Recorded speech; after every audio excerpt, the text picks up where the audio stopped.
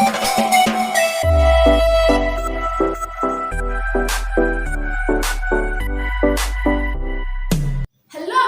आज हम डिस्कस करने वाले हैं बीटा एंड गामा फंक्शन पर। तो आप बोलो कि ये इतना इंपॉर्टेंट क्यों है? क्योंकि एक तो ये डायरेक्टली से क्वेश्चन आता है, अपने एमएससी फिजिक्स एंट्रेंस में डायरेक्टली से क्वेश्चन आ रहा है। बीएचयू में, डीयू में, सीयू में, एचयू में, सब में डायरेक्टली क्वेश्चन आता है इन सब फॉर्मूले से। और सेकंड, अपनी पूरी क्वांटम फिजिक्स है वो इसी पर बेसिस है। जो भी हम अगर आपने गामा फंक्शन कर रखा है तो हम आराम से क्वेश्चन कर सकते हैं क्वांटम फिजिक्स के। अब कौन कौन से क्वेश्चन? सारे एक्सपेक्टेशंस वैल्यू निकालते हैं, नॉर्मलाइज कंडीशन निकालते हैं, सारी प्रोबेबिलिटी निकालते हैं। तो वो सब भी हम गामा फंक्शन से कर रहे हैं। और कहाँ यूज इसका? हम लाप्लास ट्रांसफॉर्मेशन करेंगे, उसमें पूरा यूज है इसका गामा फंक्शन का। तो अब देख लो इतना इंपॉर्टेंट है गामा फंक्शन। और इससे डायरेक्टली क्वेश्चन कहाँ आए हैं? ड्यू में सबसे ज्यादा बार आया है ये क्वेश्चन। ड्यू में सबसे ज्यादा क्वेश्चन आते हैं इससे, गामा फंक्शन से। फिर आ रहे हैं एसयू में भी आ रखा है, एसयू में भी आ रखा है, सीयू में भी आ रखा है और बीएचयू में भी आ रहा है। तो ये वेरी इंपॉर्टेंट टॉपिक। और इसका यूजेज हम देख रहे हैं, लाप्लास ट्रांसफॉर्मेशन हम देख लेंगे। और आपने क्वांटम फिजिक्स पढ़ी होगी, उसके अंदर आपने देखा होगा पूरा यूज हो है इसके अंदर। और क्या है कि इसके लिए गामा फंक्शन के लिए आपके लिए एक जरूरी टॉपिक्स और है कि गामा फंक्शन करोगे आप, उसके लिए आपको इवन एंड ऑड फंक्शन पता होना चाहिए, उनकी प्रॉपर्टी पता होना चाहिए। तो वो इसका एक वीडियो मैंने बना रखा है, 1 मिनट का है, उसका लिंक आपको डिस्क्रिप्शन में मिल जाएगा। तो आप उसको एक बार देख लेना। क्योंकि जब हम गामा फंक्शन करेंगे, लाप्लास ट्रांसफॉर्मेशन करेंगे और पूरी क्वांटम फिजिक्स में जब हम ऐसे क्वेश्चन करेंगे तो उनमें इवन एंड ऑड फंक्शन आपको पता होना चाहिए कि इवन क्या होता है, ऑड क्या होता है, प्रॉपर्टी क्या होती है। तो 1 मिनट का वीडियो आप डिस्क्रिप्शन में लिंक, आप उसको देख लेना, नहीं तो आपको आता होगा। तो हम स्टार्ट करते हैं आज के टॉपिक कि गामा फंक्शन क्या होता है, बीटा फंक्शन क्या होता है, और हम करेंगे कि बीटा और गामा में रिलेशन क्या होता है। फिर हम सारे अपने क्वेश्चंस कर लेंगे एमएस फिजिक्स एंट्रेंस के, ड्यू के, सीयू के, बीएचयू के। तो हम स्टार्ट करते हैं कि गामा फंक्शन दिखता कैसा है। अगर आपको कोई इंटीग्रल इस टाइप का दिखे कि उसकी लिमिट क्या हो, 0 टू इंफिनिटी हो और e की पावर -x हो, e की पावर -x हो, e की पावर -x जरूरी है होना, और लिमिट 0 टू इंफिनिटी होना चाहिए। और यहाँ x की पावर कुछ भी हो सकती है, तो इसका वैल्यू किसके इक्वल होगा? जो x की पावर दिख रही है उससे जस्ट एक ज्यादा पावर होनी चाहिए, वो भी गामा के साथ। तो यहाँ x की पावर n-1 है, तो इससे ज्यादा एक क्या होगी? n-1 में +1 ऐड करोगे तो n आ जाएगा, तो वो गामा n के इक्वल होगा। तो गामा क्या होता है? फैक्टोरियल तो अपना इस टाइप का होता है, तो गामा फैक्टोरियल का जस्ट उल्टा होता है, साइन में उल्टा होता है, वैसे प्रॉपर्टीज की सब अलग होती है। तो अपने फिजिक्स में इसका इतना ही यूज है। तो हम जो अपने लिए इम्पोर्टेंट है वो टॉपिक्स करें। मैथमेटिक्स में तो बहुत ही बड़ा टॉपिक है इसका, तो वो हम नहीं करेंगे क्योंकि अपना यूज ही अब इसका इतना ही है। अब तो ये किसके इक्वल होगा? ये दोनों सेम है, लेकिन यहाँ e की पावर -x के साथ एक कोफिशिएंट आया है a, तो इसका फॉर्मूला कैसे होगा? यहाँ गामा n, ये तो गामा n ही रहेगा कि ये तो गामा n रहेगा कि x की पावर n-1 से जस्ट एक ज्यादा पावर होनी चाहिए गामा के अंदर। तो x की पावर n-1 से एक ज्यादा गामा n, और ये क्या होगा? जो e की पावर -x का कोफिशिएंट क्या है? a है, तो a की पावर क्या हो जाएगा? n हो जाएगा। तो ये इसका फॉर्मूला है कि गामा फंक्शन कैसे दिखेगा। अगर कोई इंटीग्रल में आपको लिमिट 0 टू इंफिनिटी दिख जाए और वहां की पावर -x दिख जाए, -x -t कुछ ही हो सकता है, कोई वेरिएबल दिख जाए, और उस जिसका वेरिएबल है उसकी अपने को पावर दिख जाएगा उसके मल्टीप्लाई में, तो हम उसके अंदर गामा फंक्शन लगा लेंगे, तो इसका वैल्यू इसके इक्वल होगा। तो ये तो अपने इम्पोर्टेंट है, ये भी ऐसा ही है, इससे आएगा। अब देखो यहाँ क्या होगा? x की पावर n है, तो इससे जस्ट एक ज्यादा n+1 होगा, और यहाँ e की पावर -x के साथ कोफिशिएंट है, तो ये क्या हो जाएगा? अल्फा की power n+1।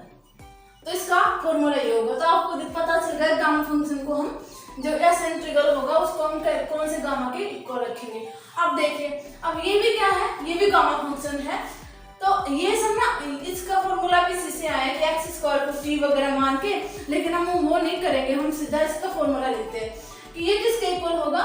Gamma n+1/2 s की पावर n, ये 2, और अल्फा की पावर n+1/2, अल्फा की पावर में है ये सब कुछ। तो ये तो बहुत इंपॉर्टेंट है, आपको याद रखने अच्छे से कि जो गामा के ये दो फॉर्मूले तो आपको अच्छे से याद होने चाहिए कि अगर ऐसा कुछ आपने को इंटीग्रल दिख जाए वो किसके इक्वल होगा, गामा x की पावर से जस्ट एक ज्यादा n+1 अल्फा की पावर n+1। अगर e की पावर में x² दिख जाए आपको नेगेटिव साइन के साथ तो उसका फॉर्मूला क्या होगा, गामा n प्लस डिवाइड 2 और 2 अल्फा की पावर n+1/2। तो यहाँ पे याद रख लेना है कि यहाँ 2 कैसे आए, क्योंकि यहाँ पर 2 आ रहा है, तो आप अपने हिसाब से देख लेना याद कैसे करना है। तो ये एग्जांपल लेते हैं कि ये जो इंटीग्रल आपको दिख रहा है ये किसके इक्वल होगा। अगर आपको गामा फंक्शन नहीं आता तो आप कैसे करोगे इसको, आलेख लगा के तो बहुत ही बड़ा हो जाएगा, इसकी पावर 4 है, की पावर -x है, आलेख का रूल लगाओगे तो बहुत बड़ा हो जाएगा। लेकिन अगर आपको गामा फंक्शन आता है इसका सीधा वैल्यू क्या हो जाएगा, गामा अब यहाँ x की पावर 5 एक ज्यादा और यहाँ 1 की पावर कुछ भी नहीं है 5 लगा देंगे। अब इसका वैल्यू कितना होगा 4 फैक्टोरियल। अभी हम देखते हैं गामा में और जो अपना फैक्टोरियल होता है उसमें क्या रिलेशन होता है। तो ये देखिए अब इसका वैल्यू क्या होगा, गामा 8 और 4 की पावर 8, ये इसके इक्वल हो जाएगा 7 फैक्टोरियल और 4 की पावर 8। तो ये इसको आप कैलकुलेट कर लेना। तो अब हम लोग देखते हैं कि गामा में और फैक्टोरियल में क्या रिलेशन होता है। तो ये आपने देख लिया होगा कि गामा के आपको कौन से फॉर्मूले याद रखने हैं, सबसे ज्यादा ये दो याद रखने हैं, बहुत इंपॉर्टेंट। तो अपनी जो भी क्वांटम फिजिक्स के क्वेश्चन करेंगे, जो एक्सपेक्टेशंस के, नॉर्मलाइज के, प्रोबेबिलिटी के, उनमें बहुत ज्यादा यूज आएगा ये सब का। तो आपने देख लिया होगा, हम इनको मिटाते हैं। तो अब क्या होगा कि जो अपना ये आ रहा है, ये गामा में और फैक्टोरियल में क्या रिलेशन है। तो रिलेशन बहुत ही सिंपल है। रिलेशन क्या है देखते हैं कि जो गामा n+1 है वो किसके इक्वल होगा, n फैक्टोरियल के, और ये किसके इक्वल होता है, n गामा n, ये इसके इक्वल भी होता है। आपको ये याद रखना है कि जो अगर गामा में n+1 दिख जाए आपको तो ये किसके इक्वल होगा, n फैक्टोरियल और ये n गामा n। अब आप बोलोगे कि इसका यूज कब करेंगे, n फैक्टोरियल कब लेके आएंगे और n गामा n का यूज कब लेंगे। अगर आपको यहाँ n नेचुरल नंबर दिख जाए, कोई भी नेचुरल नंबर, तो आप फैक्टोरियल n वाला यूज लोगे। अगर यहाँ कोई आपको फ्रैक्शन वाले नंबर, जैसे कि यहाँ आपको 4 दिख गया, 4 1 प्लस गामा, तो ये किसके इक्वल होगा, 4 फैक्टोरियल के। अगर आपको यहाँ ऐसा कोई दिख जाए 1/2 + 1, तो आप कौन सा यूज लोगे, ये n गामा n का यूज लोगे।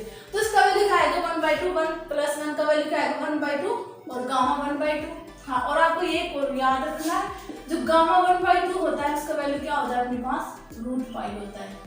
इसको आप याद रखना है, बहुत इंपॉर्टेंट है। हर क्वेश्चन में आएगा कि गामा 1/2 का वैल्यू क्या होता है, √π होता है। तो आपको याद रखना है कि जो गामा 1/2 है उसका वैल्यू √π होता है। तो इसका वैल्यू क्या आ जाएगा 1/2 √π। तो एक ये भी इंपॉर्टेंट है, आपको याद रखना है कि जो गामा n+1 है वो फैक्टोरियल n के होगा जब नेचुरल नंबर होगा यहाँ n। अगर यहाँ n कोई फ्रैक्शन नंबर होगा तो उसको हम इससे डिनोट कर देंगे n गामा n से। तो ये भी आपको समझ में आ गया। अब हम देखते हैं कि बीटा फंक्शन क्या होता है, कि बीटा फंक्शन क्या होता है। बीटा फंक्शन का कोई फॉर्म ऐसा होता है कि अगर आपको कोई ऐसा इंटीग्रल दिख जाए तो वो किसके इक्वल होगा, बीटा mn है वो किसके इक्वल होगा, 0 to 1 लिमिट है x की पावर m-1 और 1 - x की पावर n-1 dx।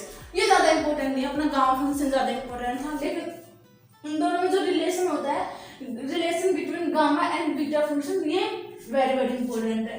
तो आप देख लो कि बीटा mn है वो किसके इक्वल होगा, गामा m और गामा m+n। ये आपको याद रखना है। अगर ये आप नहीं भी याद रखोगे तो कोई बात नहीं, बट आपको ये याद रखना है कि बीटा mn क्या होता है, गामा m और गामा m+n के। और उससे भी ज्यादा है अपना ये इंटीग्रल, वो आपको अच्छे से पता होना चाहिए कि ये इंटीग्रल क्या होता है। ये एक इंटीग्रल है जिसका लिमिट है 0 to π/2, ये आपको पता होगा, आपने देखा होगा। ये साइन p की p थीटा और cos q थीटा है वो किसके इक्वल हो रहा है, 1/2 बीटा p + 1/2 और q + 1/2, ये इसके इक्वल आया। अब अपने को पता है कि जो अपना बीटा और गामा में क्या रिलेशन होता है इससे, तो ये किसके इक्वल आएगा, 1/2 का 7 आएगा और ये gamma p plus 1/2 q plus 1/2 gamma, और उन दोनों को ऐड कर देंगे तो ये आएगा। इस वजह से ही इंटीग्रल है अपना वेरी वेरी इंपॉर्टेंट है, इसको आप याद रखना। हाँ, आप नोट कर लो इसको कि जो 0 to π/2 है sin p theta cos q theta d theta, ये अगर इस फॉर्म में दिखेगा आपको तभी ये फॉर्मूला लगेगा। अब आपको याद रखना है कि जो थीटा है दोनों में सेम आना चाहिए, दोनों में सेम आना चाहिए। ऐसा नहीं कि यहाँ 2 थीटा आ गया, वो भी नहीं, ऐसा नहीं कि दोनों अलग अलग आएंगे, दोनों का थीटा आपको सेम रखना है, दोनों का थीटा, कोस का भी और साइन का। तो ये सब इसके यूज थे। तो इसके बेसिस पर अपना एक क्वेश्चन आया है सीयू में आया है 2014 में आया था इसका एक क्वेश्चन कि 0 to π/2 अपने को गिवन था साइन 5 थीटा डी थीटा। ये सीयू 2014 का क्वेश्चन है। यहाँ डी थीटा, तो आपको इसकी वैल्यू फाइंड करनी है, तो कैसे करोगे आप? सीधा करोगे, किससे? इस फॉर्मूला का यूज करके। आपको ओनली फॉर ये याद रखना है, ये आप स्किप कर सकते हो। आपको याद रखना है कि 0 to π/2 है, ये इंटीग्रल किसके इक्वल आता है 1/2 gamma p plus 1/2 q plus 1/2, और इन दोनों को ऐड कर दिया। तो यहाँ देखो, यहाँ क्या है, कंपेयर करोगे आप तो p का वैल्यू क्या है 5 और q का वैल्यू क्या है, यहाँ 0 है, क्योंकि cos का कोई भी टर्म नहीं दिख रहा आपको, तो इसके अंदर आप लगा दोगे, क्या आएगा इसका आंसर 1/2 गामा p 5 प्लस 1/2 और गामा 0 प्लस 1/2, और नीचे क्या आएगा, दोनों को ऐड करके ये 5 प्लस 0 प्लस का 2 डिवाइड बाई 2, तो ये आएगा। तो ये किसके इक्वल आया 1/2। अब ये कितना आया, 6 में से 2 डिवाइड करेंगे तो 3 आएगा, तो गामा 3, और ये आएगा गामा 1/2 और ये 7/2 आया। तो इसको हम सोल्व करेंगे तो क्या आएगा 1/2 गामा 3 का वैल्यू क्या आएगा, 2 फैक्टोरियल आता है, हमने किया था। जो गामा n प्लस 1 है वो किसके इक्वल आता है, n फैक्टोरियल के। तो गामा 3 को हम क्या लिख सकते हैं, गामा 2 प्लस 1, तो ये किसके आएगा 2 फैक्टोरियल के इक्वल आएगा, इसका वैल्यू 2 हो जाएगा। अब 2 फैक्टोरियल का वैल्यू कितना होता है, 2 होता है अपने पास, और गामा 1/2 का √5 होता है। अब इस 7/2 हमें फ्रैक्शन में है, तो हमने अभी देखा था ये कैसे ओपन होगा, जैसे कि ये गामा n प्लस 1 है, ये किसके इक्वल आया था n गामा n, जब यहाँ n फ्रैक्शन था तब हम इसका यूज लेंगे। तो यहाँ क्या है अपने पास 7/2 है, तो 7/2 को हम क्या लिख सकते हैं 1 प्लस 5/2, तो ये किसके इक्वल आएगा 5/2 और गामा 5/2, अपने पास ये सब आएगा। तो आप गामा 5/2 को सोल्व करोगे, फिर 3/2 आएगा, 1/2 आएगा, फिर गामा के अंदर 1/2 आ जाएगा। तो हम सीधा इसको सोल्व करेंगे तो क्या आएगा 5/2 3/2 1/2 और गामा 1/2। तो गामा 1/2 का वैल्यू √5 से कैंसिल आउट हो रहा है, 2 से 2 कैंसिल आउट हो गया। तो अब इसको सोल्व करेंगे तो 4 है, 2 से वहां मल्टीप्लाई होता है 8 डिवाइड बाई 15 आ गया। तो इसका आंसर है 8 डिवाइड बाई 15। तो आई होप आपको समझ में आया होगा। ओनली फॉर क्या किया हमने, ओनली फॉर अपना ये फॉर्मूला लगाया है, इजीली आपसे लर्न भी हो जाएगा, ये आराम से हो जाएगा। आपको बस ये याद रखना है, अगर आपको ऐसा कोई इंटीग्रल दिख जाए तो उसका वैल्यू गामा के फॉर्म में हम ऐसे ला सकते हैं। और relation between gamma and beta का हम देख लिया, और जो भी हमने अभी प्रॉपर्टी देखी थी गामा की, वो तो आपको याद ही रखनी है सारी, ओनली फॉर 2 फॉर्मूले आपको याद रखने हैं। अब हमने देख लिया एलसीयू का, अब हम देख लेते हैं डीयू के सारे क्वेश्चन, फिर बीएचयू के, फिर एसयू के, फिर अपना लेक्चर खत्म हो जाए। सब रिवन अब हम देख लेते हैं डीयू के क्वेश्चन कि गामा फंक्शन से डीयू के क्वेश्चन कैसे कैसे आएंगे। तो ये है डीयू 2014 के क्वेश्चन कि द वैल्यू ऑफ इंटीग्रल, ये आपको इंटीग्रल गिवन है, देन विद लिमिट्स आपको गिवन है -∞ टू +∞ टू इज। अगर आपको एक इंटीग्रल गिवन है, उसकी लिमिट्स गिवन है, तो आपको इसका वैल्यू फाइंड करना है। तो कैसे करोगे आप, ये आपको दिखेगा कि आपको पहले तो आइडेंटिफाई करना है कि ये जो इंटीग्रल है वो गामा फंक्शन का यूज हम कर सकते हैं इसके अंदर। तो x² dx, और इसकी लिमिट आपको गिवन है -∞ टू +∞। तो फर्स्ट आपको दिख रहा है कि e की पावर में दिख रहा है आपको, e की पावर माइनस के साथ, तो हम लगा सकते हैं गामा फंक्शन लेकिन आपको लिमिट आपको दिख रहा है कि minus infinity two plus infinity, तो लिमिट अपनी सेटिस्फाई नहीं कर रही। लेकिन अगर हम लिमिट को चेंज कर दें 0 टू इन्फिनिटी में, तो हम गामा फंक्शन इसके अंदर लगा सकते हैं। तो हम इसके अंदर अगर आपको ऐसा कोई इंटीग्रल दिख जाए तो उसके लिए हम क्या करेंगे, पहले इंटीग्रल को देखते हैं कि वो इवन है या ओड है। हमने देखा था अपनी 12th की बुक में, हमने कितने सारे क्वेश्चंस किए थे। तो अब देखो यहाँ पर x की पावर 4 है, ये इवन फंक्शन है और ये भी इवन फंक्शन है क्योंकि x स्क्वायर है। अगर यहाँ x की जगह माइनस एक्स कुछ करोगे तो भी अपने पास ये जो फंक्शन आपको दिख रहा है ये खुद ये ही आ जाएगा। तो इसका मतलब ये जो आपका फंक्शन है ये क्या है, एक इवन फंक्शन है। तो इवन फंक्शन के लिए क्या करते हैं, 2 पहले से बाहर है और एक 2 बाहर और ले लेंगे, तो इसकी लिमिट हो जाएगी 0 टू इन्फिनिटी x की पावर 4 और e की power minus x square dx। क्योंकि हमने क्या देखा है, ये इवन फंक्शन है, तो इवन फंक्शन में क्या होता है 2 बाहर आ जाता है और लिमिट 0 टू इन्फिनिटी हो जाती है। तो अब हम इसके अंदर गामा फंक्शन लगा लेंगे। गामा फंक्शन इसके लिए क्या होता है, इसका फॉर्मूला क्या होता है, गामा जो x की पावर 4 है 4 प्लस 1/2 और 2 और ये अल्फा, अल्फा यहाँ क्या है 1 है, क्योंकि जो e की पावर x स्क्वायर का जो कोफिशिएंट होता है, e की पावर x स्क्वायर का माइनस एक्स स्क्वायर का जो कोफिशिएंट होता है वो अल्फा होता है। तो यहाँ 1 है तो 1 की पावर 4 प्लस 1/2, तो 1 की पावर कुछ भी ले लो वो 1 ही आने वाला है। तो ये क्या होगा, 2 से 2 कैंसिल आउट हो गया तो 2 और ये आ गया गामा 5/2। तो इसका आंसर आएगा ए ऑप्शन। अब यहाँ 2 आना चाहिए था बट क्वेश्चन में नहीं है, लेकिन 2 आएगा इसके अंदर। आप भी एक बार चेक करो कि अगर आपका भी 2 आ रहा है, क्योंकि आपको दिख रहा है इसका 2 आएगा लेकिन ऑप्शन में नहीं है, लेकिन इस ऑप्शन में 2 आना चाहिए था। हमने देखा अगर यहाँ 2 नहीं देता, पहले से 2 नहीं देता तो अपना गामा 5/2 कर देते, लेकिन यहाँ पहले से 2 गिवन है तो इसका आंसर क्या आएगा 2 गामा 5/2। सो अब हम देख लेते हैं ड्यू के नेक्स्ट क्वेश्चन।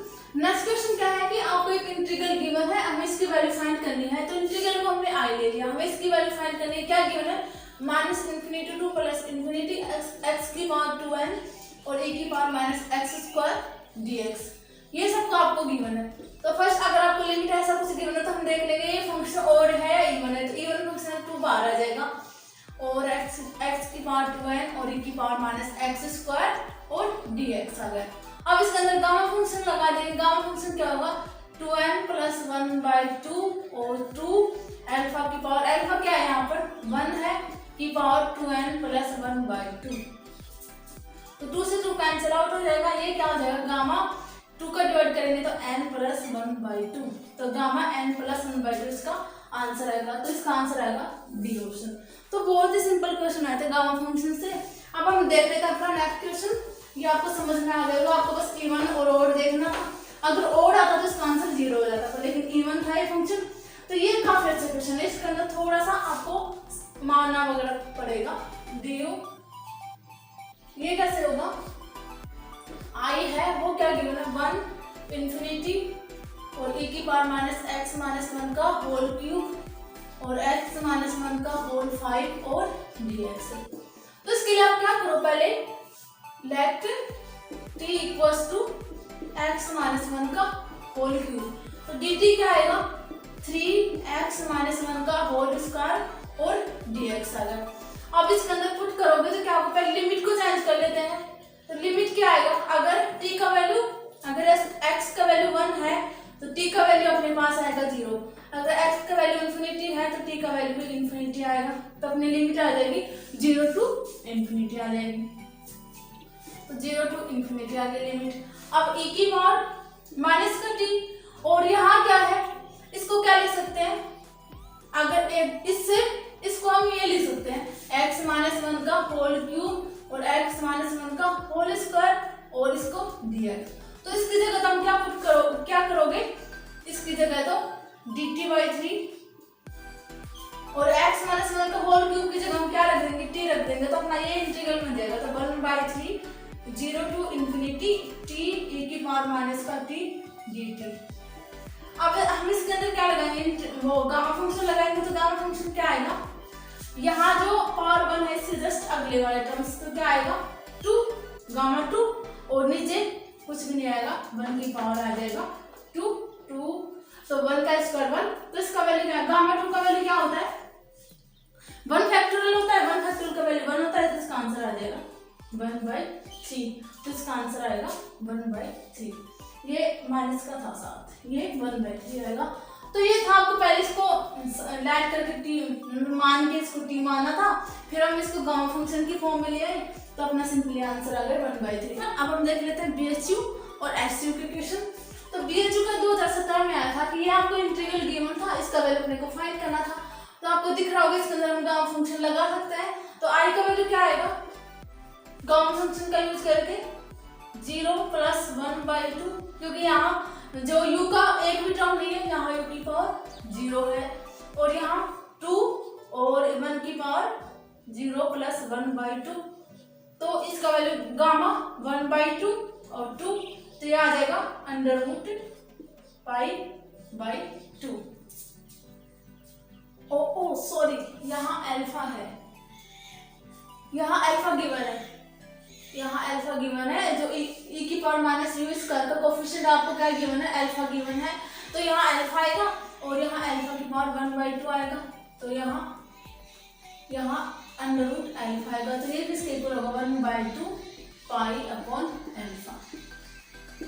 तो इसका आंसर आ जाएगा 1/2 π/अल्फा, 1/2 π/अल्फा। ये ऑप्शन आएगा, बी ऑप्शन आएगा। तो क्या था इसके अंदर, हमने सीधा ओनली फॉर अपनी गामा वाली प्रॉपर्टी लगाई है, देन अपना सिंपली अपना आंसर आ गया। ये आप देखिए, अब देखो ये BHU 2020 का, इसमें क्या गिवन अपने को, ये इंटीग्रल अपने को गिवन है। तो ये क्वेश्चन तो अपना 2017 में भी आया हुआ है सेम, बट इसके अंदर वैल्यू किसकी पूछ रहा है, ये देन वैल्यू है 0 to ∞ x² की power -α x² dx equivalent to. तो ये इसका वैल्यू अपने को फाइंड करना है। तो इसका आंसर क्या होगा, इसके अंदर हम सिंपली लगा सकते हैं, आई क्या होगा गामा 2 + 1/2 और 2, यहाँ में से याद रखना 2 जरूर आएगा, और यहाँ अल्फा क्या है, अल्फा है गिवन है, और 2 + 1/2। तो ये क्या आएगा 3/2, और ये आ जाएगा 2 और अल्फा की पावर 3/2 आ रहा है। तो अब हम इसको सोल्व कैसे करेंगे, x² आ रहा है, हाँ, तो ये 3/2 को क्या लिख सकते हैं 1/2 √π, और ये 2 और ये अल्फा हम ऐसे कैसे, और इसको √अल्फा भी लिख सकते हैं। इसको गामा 3/2 को हम क्या लिख सकते हैं 1/α √अल्फा। तो ये किसकी इक्वल है 1/4 अल्फा और गामा √π/अल्फा। तो इसका आंसर ये होगा, इसका आंसर होगा सेकंड ऑप्शन होगा। इसके अंदर हमने ओनली फॉर गामा वाला जो फॉर्मूला था अपना वो लगाया है, इसके अंदर हमने ओनली फॉर इसको ऑप्शन की फॉर्म में लेके आए हैं और अपना सीधा आंसर आ गया है। ये अल्फा की पावर 2 + 1/3 2 3/2 हो गया, गामा 3/2 अपॉन 2 अल्फा की पावर 3/2। हम इसको इस फॉर्म में ले आए। अब ये है अपना SU 2017 क्वेश्चन। अब इसमें क्या है, ये भी आपको दिख रहा होगा। पहले हम, अगर आपको गामा फंक्शन दिख रहा है, अगर उसके अंदर पहले आपको लिमिट अगर ऐसा कुछ दिख रहा है -∞ to +∞, तो उसको पहले हम देखेंगे कि वो फंक्शन इवन या ऑड है। तो यहाँ जो फंक्शन आपको गिवन है, ये वाला फंक्शन, ये आपको क्या दिख रहा है x³ e की पावर -α x²। तो यहाँ x³ है, इसका मतलब ये ऑड फंक्शन होता है x³। तो ये पूरा फंक्शन क्या हो गया, ऑड हो गया। और हम जब इसको, जब अगर लिमिट के ऐसा अगर आपको लिमिट दिखे और फंक्शन आपको ऑड दिख जाए, तो उसका इंटीग्रल का वैल्यू क्या होता है 0 होता है। इस वजह से इसका आंसर होगा सी ऑप्शन। तो बहुत ही सिंपल आता है गामा फंक्शन के। अगर आपको फॉर्मूले याद है गामा फंक्शन के, तो आप आराम से सारे क्वेश्चन कर सकते हो। ये आपने देखे होंगे कितने सिंपल क्वेश्चन थे। सो एवरीवन, आज अपना टॉपिक इतना ही था कि हमने गामा फंक्शन के फॉर्मूले किए हैं और इसके हमने PYQ से लगाए हैं कि कैसे कैसे क्वेश्चन आते हैं। और आपको मैंने पहले बताया था इसका यूज क्वांटम फिजिक्स में बहुत ज़्यादा है, और हम लाप्लास ट्रांसफॉर्मेशन करेंगे उसके अंदर भी इसका यूज बहुत ज़्यादा आएगा। सो एवरीवन, आज के लिए इतना ही, मिलते हैं नेक्स्ट वीडियो में। तब तक के लिए